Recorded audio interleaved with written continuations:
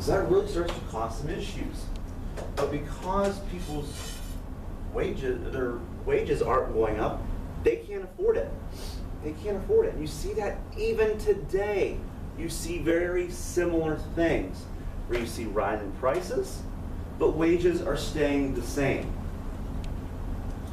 I did prepare it today because I didn't think about it, but there's a chart out there that shows how wages have gone up, but prices for basic goods and services over time have relatively have gone up, while our wages, what we earn in our paychecks, stays the same.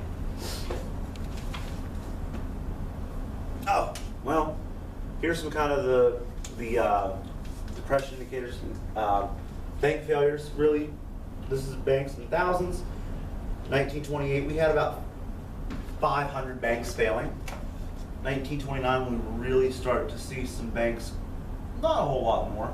But by 1931, over 2,000 banks are closing. And it's a direct correlation with those businesses that fail. In 1928, about 25,000 businesses failed. But at its peak in 1932, over 30,000 businesses had failed.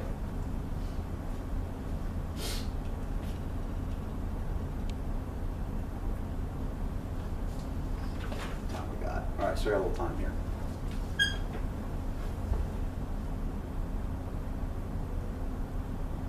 So Americans, as we talked about, really seem to be living in this prosperity and these times of fun and enjoyment during the 1920s.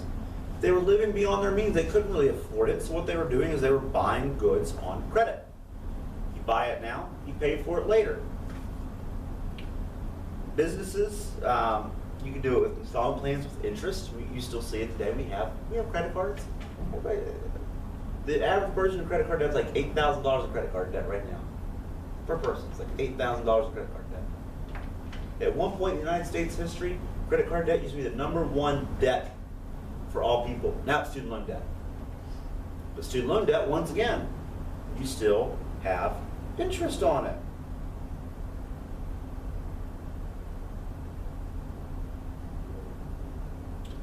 Businesses are making these credit plans easily available, and we're really kind of encouraging Americans to go into debt to keep up with the Joneses or keep up with the Kardashians.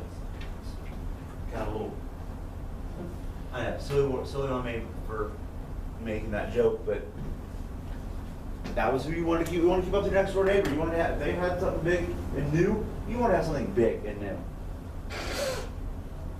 Sorry guys, I'm dealing with this cold. I'm going to give you some time here in a minute to finish up your vocabulary from the other day as well, so you can get it done. We'll just get through another couple slides here and we'll see how I'm feeling with this head cold. But because many people had trouble paying for their debts, they had to cut back on their spending. So that means they weren't buying things on credit anymore. Oh my gosh, I can't believe I bought this new toaster on credit and now I can't pay for it. So now I can't buy this new refrigerator. I mean, it's not the greatest analogy, but you see where I'm going. And you also start to see the uneven distribution of income.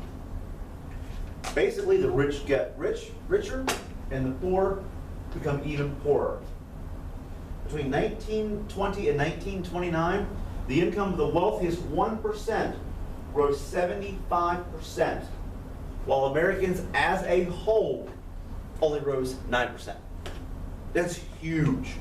And you still see this uneven distribution of income in the United States today. That's why I've always said it. I've got it in the back of my room.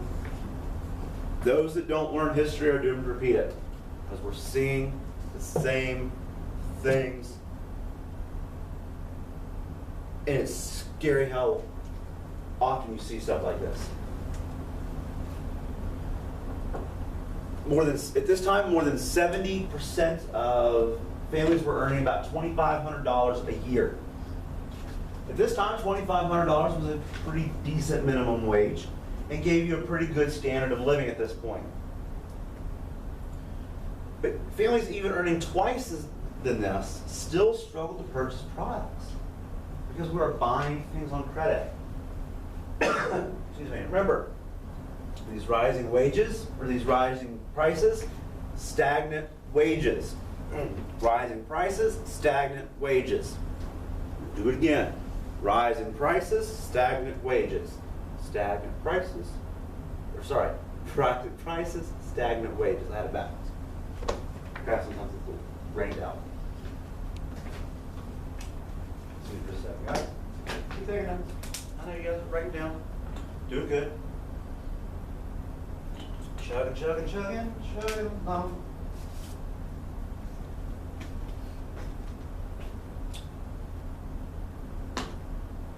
At this point, the average man or woman was buying a new outfit about once a year. They're buying about once a year.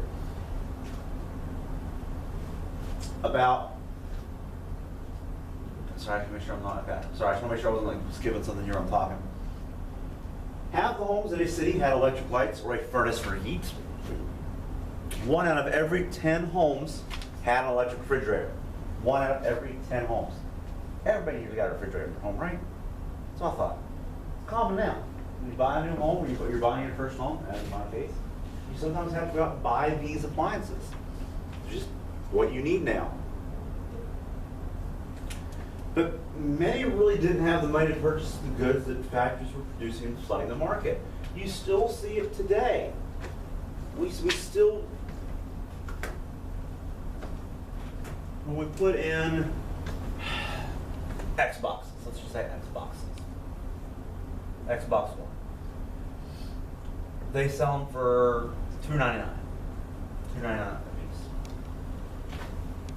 And they said, let's say they made $3 million.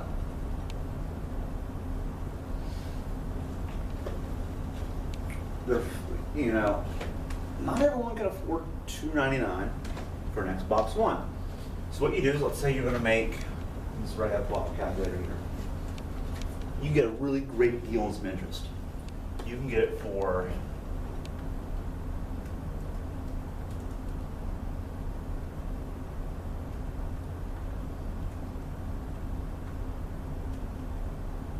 there we go. 0% interest for 18 months. Means you're going to pay about $16.61 for 18 months for this Xbox One. Well, it's not just you have to worry about this Xbox One. You have to worry about your food. You have to worry about maybe you bought a car. Maybe you have to make a house payment because you paid the bank to borrow some money. People really can't start to afford these luxury goods anymore. So you have to kind of start cutting them out. Even though $16.61 for 0% for 18 months is a heck of a deal. It's honestly a heck of a deal. That's one great deal. But here's the deal. Save your money up. Most of you have part-time jobs. Save your money up, pay your bills off, pay for it in one lump sum. Because what will happen is this is even though you're only paying $16.61, it still goes on your credit as a credit hit. And everything is done on credit these days. You have to have good credit to buy a home, have to have good credit for student loans. Even though technically those give you student loans. And we'll talk about that as you guys get a little bit closer to college. Happy next year for civics, we'll talk about it then. We'll talk about it then if we get there. What do I do with my clicker?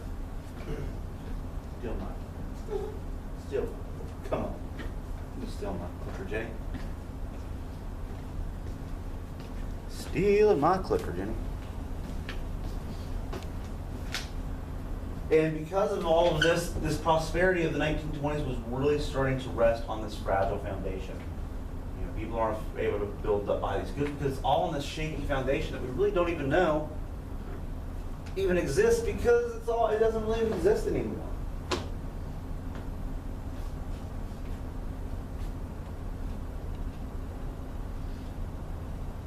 So, the election of 1928 really starts to change the mood to reflect this prosperous times of the 1920s. And in the election of 1928, the Democrats out-nominate four-term Democratic governor of New York, Alfred Smith. As I said, he was a four-term governor of New York. He was a career person. a career politician, and he was really personable and really enjoyed being in the limelight. Does that remind you of any president you might know right now? And it should. The Republicans, on the other hand, they've nominated Herbert Hoover. He was Secretary of Commerce under both Harding and Coolidge. He was a mining engineer from Iowa before he got involved in the Commerce Department. He was a miner. He worked in the mines in Iowa. And in comparison to Smith, Hoover was really quiet and reserved. If you really think about through history, we talk about quotes. Herbert Hoover's one guy you really don't think of with quotes. One, because he wasn't such a great president, in my opinion, but you just don't hear a lot about Hoover because he was really quiet, reserved, and kind of timid. Hoover's biggest advantage that he had in the election of 1928 was that he could point to years of prosperity under Republican administrations during the 1920s, saying, hey, why change the way things are going? We've had Calvin Coolidge and Warren G. Harding. Granted, Harding was a little bit corrupt, possibly. But we've seen this huge economic boom under Republican administrations. Why change that now? Why go in the opposite direction and elect Alfred Smith? Why do that? That was something he had at his advantage. It was an advantage to him. And in the election of 1928, Herbert Hoover wins by a huge majority. Overwhelming victory. And it